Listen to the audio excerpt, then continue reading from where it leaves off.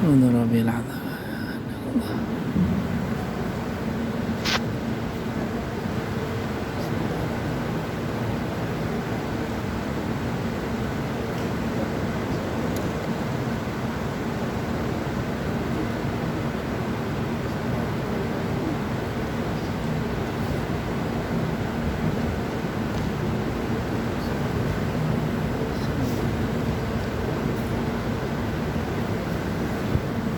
سبحان ربي العظيم. سبحان ربي العظيم.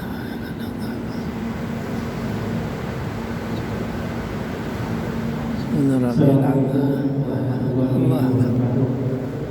Bismillahirrahmanirrahim. Alhamdulillahirabbil alamin.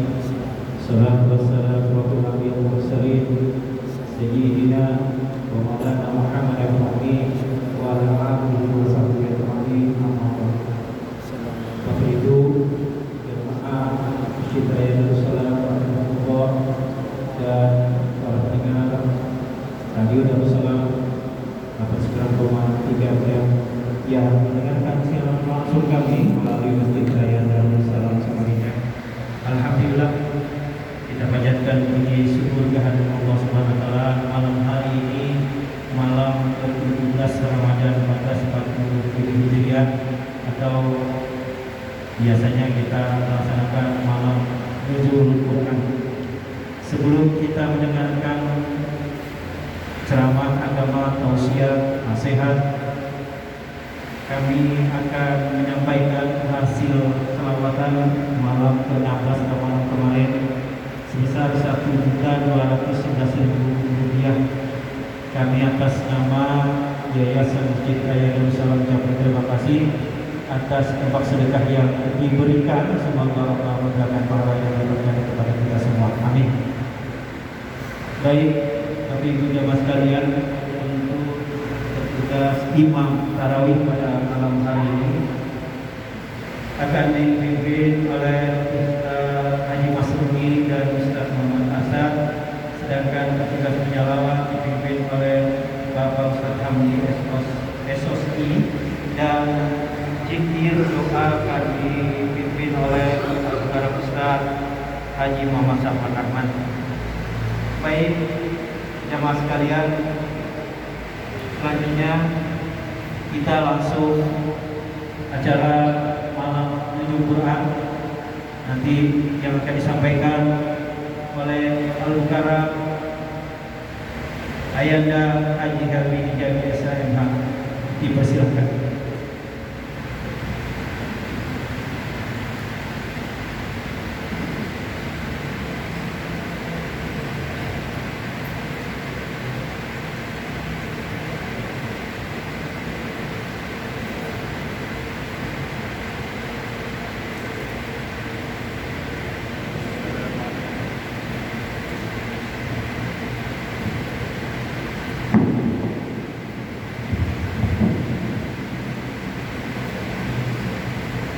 Assalamualaikum warahmatullahi wabarakatuh.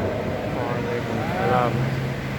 A'udzu billahi minasy syaithanir rajim. Bismillahirrahmanirrahim.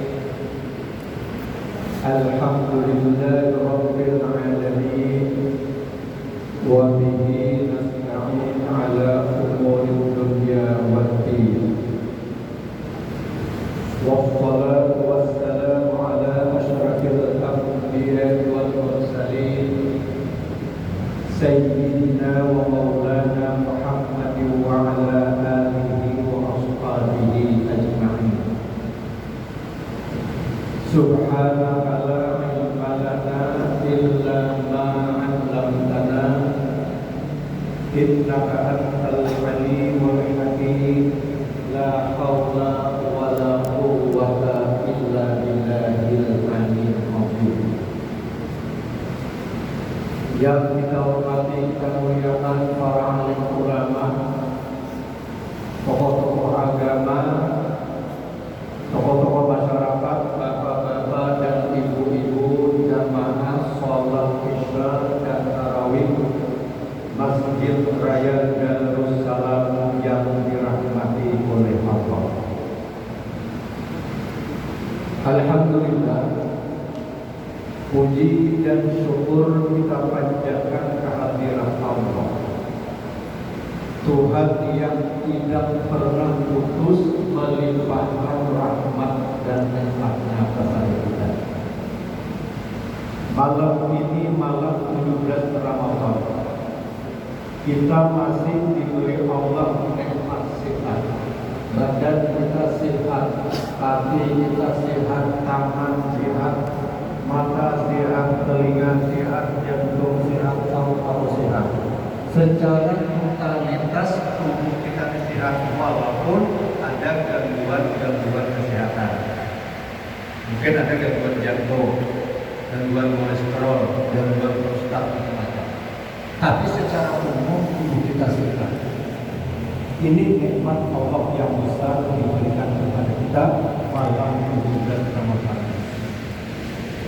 Yang kedua, Allah memberikan kepada kita nikmat umur. Napas kita masih naik, kita masih hidup, masih bernafas. Padahal malam ini mungkin ada saudara kita yang meninggal dunia menghembuskan nafasnya yang terakhir. Oleh karena itu malam ini dua macam nikmat Allah kita manfaatkan. Yang pertama, kita melaksanakan sholat isya berjamaah. Kita hantarkan sholat isya tersebut dengan pekerjaan wirid dan doa. Kemudian yang kedua, kita mengadakan peringatan nuzulul Quran, turunnya Al-Quran. Karena memang Al-Quran ini pertama kali diturunkan tanggal 17 Ramadan. Dan malam itu adalah malam Al-Qadar, Lailatul Qadar. Tapi ini hanya sekali seumur dunia. Lailatul Qadar terjadi pada tanggal 17 Ramadan pada waktu Al-Quran pertama kali diturunkan. Malam ini kita beriman. Di mana diterangkan bahwa Al-Quran diturunkan pada bulan Ramadan. Di dalam Al-Quran Allah berfirman, "Syahrul Ramadan alladzi unzila fihi al-Quran hudan lin-nasi wa bayyinatin minal huda wal furqan." Pada bulan Ramadan diturunkan Al-Quran. Al-Quran ini kalam Allah. Al-Quran ini firman Allah. Jangan kita anggap ini, kita muliakan Al-Quran. Oleh karena itu, untuk cinta kepada Al-Quran, yang pertama kita harus yakin bahwa Al-Quran ini memang alamnya Allah, tidak ada sedikit pun kata-kata dari Nabi kita. Tidak ada sedikit pun dari Al-Quran campur tangan Jibril. Murni ini kalam Allah, ini yang perlu kita yakini. Sehingga Al-Quran ini menjadi mukjizat dari Nabi kita Muhammad Sallallahu Alaihi Wasallam. Di mana letak mukjizat Al-Quran itu? Dahulu sekitar tahun 70-80, pertama kali mulai terbitnya komputer. Ada seorang dokter dari Mesir namanya Dr. Khalifah. Dia beli komputer, kemudian dia masukkan Al-Quran ke dalam komputer. Kemudian dia hitung berapa hurufnya, berapa ayatnya, berapa surahnya, berapa nama Allah, berapa nama Ar-Rahman, berapa nama Ar-Rahim. Setelah dia hitung dengan menggunakan komputer, Dr. Khalifah dari Mesir menemukan kunci rahasia Al-Quran. Ternyata Al-Quran itu punya kunci rahasia. Dan kunci rahasia Al-Quran itu setelah dihitung oleh Dr. Khalifah dari Mesir, ternyata terletak pada angka 19. Angka 19. Jadi angka 19 itu merupakan kunci rahasia Al-Quran. Kenapa angka 19? Ternyata angka 19 itu adalah merupakan jumlah huruf daripada ayat Bismillahirrahmanirrahim. Hurufnya ada 19. Ini berarti Al-Quran punya kunci rahasia. Kunci rahasia Al-Quran itu terletak pada ayat Bismillahirrahmanirrahim. Makanya Rasulullah kullu amrin la yubda'u bi bismillahirrahmanirrahim fahuwa aqwa. Segala urusan yang baik, urusan apapun yang kita lakukan dalam kehidupan ini, kehidupan sehari-hari yang kita kerjakan, apabila tidak dimulai dengan bismillahirrahmanirrahim, kata Rasulullah itu ditolak. Mau makan, bismillah. Mau berangkat, bismillah. Mau tidur, bismillah. Jangan ditinggal bismillah itu. Karena ini kunci rahasia Al-Quran. Dan kunci kebesaran Allah terletak dengan nama Allah. Tuhan itu namanya. Tetapi yang wajib kita ketahui, nama Allah itu hanya 99. Saya pernah ketemu seorang kiai dari Gresik di Wapakna. Pada waktu pergi haji tahun 1994 di Arafah ketemu saya. Dia tanya kiai, di Wapakna pada saya. Dia katanya, sudah berapa kali pergi? Kata saya, Pak Kiai, saya ini pertama kali pergi haji tahun 1994. Kalau tadi bagaimana? Kata saya, alhamdulillah, saya tiap tahun bisa berangkat haji dulu sekarang. Antrian sekarang. Dulu kalau nyetor berangkat. Tiap tahun saya berangkat. Kata saya, ada rangkaian tidak. Saya rangkaian, saya hanya memimpin untuk pesantren yang ada di Gresik. Terus tadi bagaimana bisa berangkat? Katanya orang 10 orang datang ke rumah saya. Pak Kiai, tolong kami di manasik haji. Untuk Pak Kiai, nanti kami setorkan ongkos hajinya. Alhamdulillah beliau, saya tiap tahun bisa berangkat haji. Pada waktu itu, sekarang akhirnya harus tahu sekarang. Itu lebih. Kata saya, Pak Kiai ini ada umatannya. Beliau cerita dengan saya. Kata beliau, ketika saya selesai tawaf, saya berdiri di Multazam. Saya tulis ayat Al-Quran sebelum Al-Quran berapa. Ada ayat yang berbunyi, Innal ladzi farada 'alaikal Qur'ana radduka ila ma'ad. Maka itu kembali. Terus kata ayat saya tulis dengan telunjuk saya di Multazam. Saya baca dan saya tulis dengan tulisan di Multazam. Kemudian saya baca ya Muhammad. Ya Muhammad itu nama Allah yang tidak termasuk di dalam Asmaul Husna. Tuhan itu punya nama banyak, tidak terhingga berarti. Tapi yang wajib kita ketahui 99 nama. Walillahi ismul husna mi'atun illa wahid. Sesungguhnya Allah punya 99 nama, 100 dikurangkan. Tapi yang Maha itu tidak masuk di dalam Asmaul Husna. Itu nama Allah. Wahai yang Maha mengendalikan, Allahumma inni ila baitikal haram. Ya Allah, kembalikan aku dari ke Baitul Haram. Alhamdulillah kata Kiai, saya tiap tahun bisa berangkat. Pada waktu itu, ini Al-Quran. Di Al-Quran mujizat. Dr. Halimah mengatakan kunci rahasia Al-Quran terletak pada angka 19. Angka 19 merupakan jumlah huruf dari ayat Bismillahirrahmanirrahim. Sekarang kita buktikan. Dalam Al-Quran itu surahnya berjumlah 114. Itu merupakan 6 dikali 19. 6 kali 19 sama dengan jumlah surah di dalam Al-Quran. Kemudian yang kedua, di dalam surah Al-Alaq itu terdiri dari 19 ayat. Baca Al-Alaq itu ayatnya berjumlah 19. Yang ketiga, pertama surah yang turun, surah Al-Alaq itu terdiri dari 340 huruf. 340 huruf merupakan kalipatan 19 kali 19 sama dengan 340.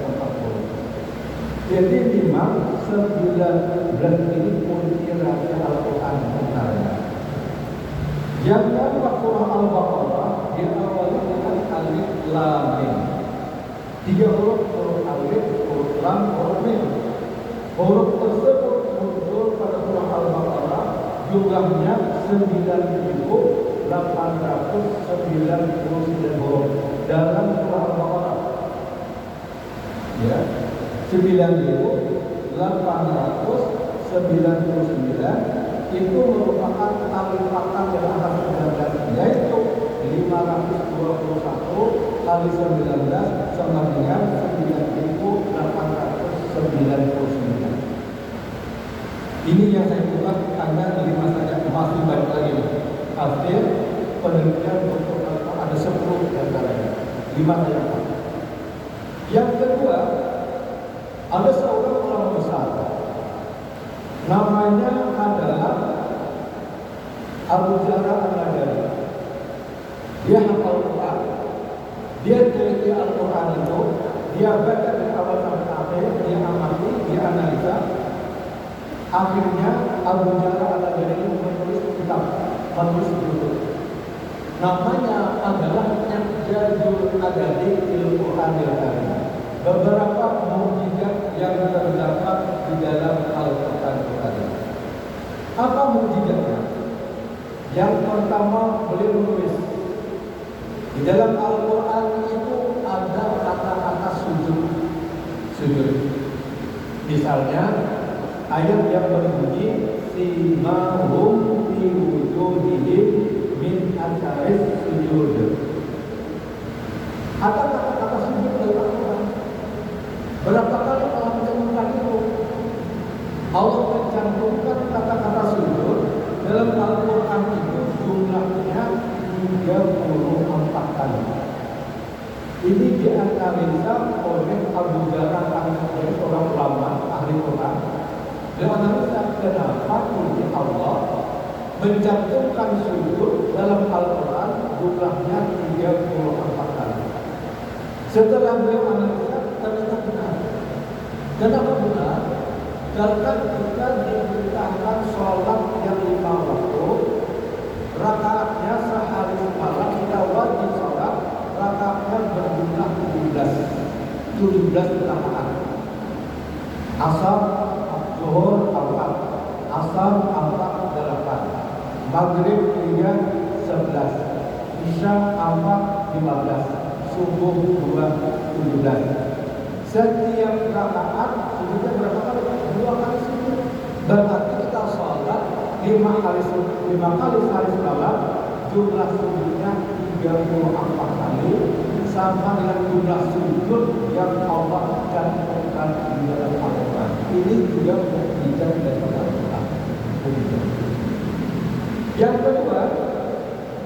kedua di dalam Al-Quran itu Allah mencantumkan kata-kata hayat, artinya hidup. Hayat. Lawannya hayat itu adalah al-maut, mati.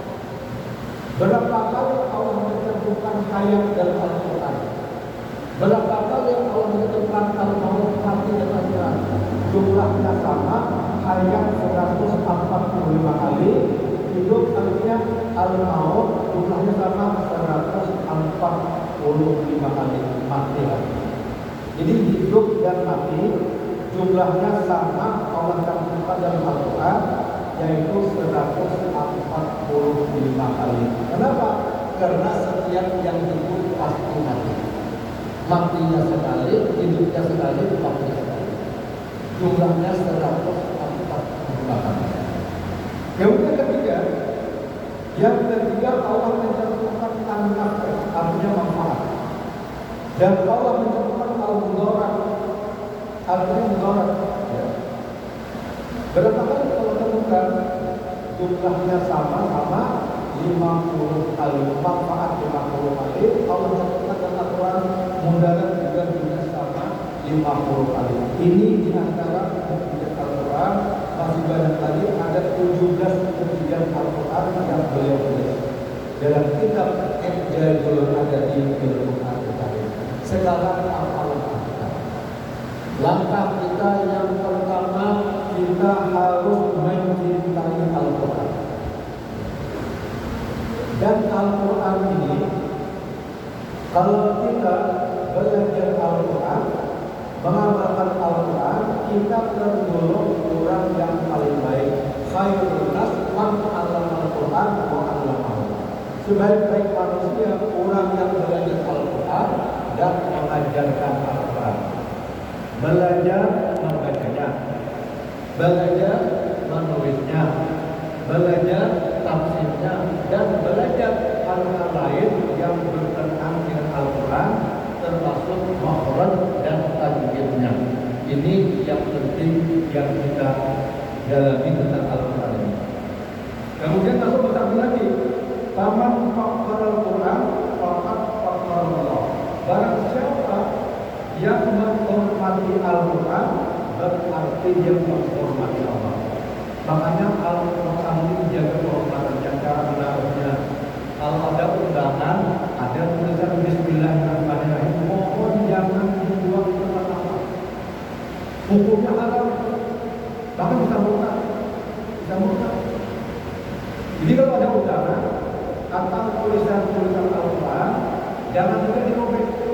Lebih bagus gali ditanam di dalam tanah, atau salah dibakar saja. Jadi kitab-kitab yang ada Al-Quran sudah rusak dan bermanfaat lagi, boleh dibakar, jangan dibuang di tempat sampah. Kenapa? Karena Al-Quran mulia, ini kalamullah. Siapa yang memuliakan Al-Quran, berarti yang memuliakan Allah.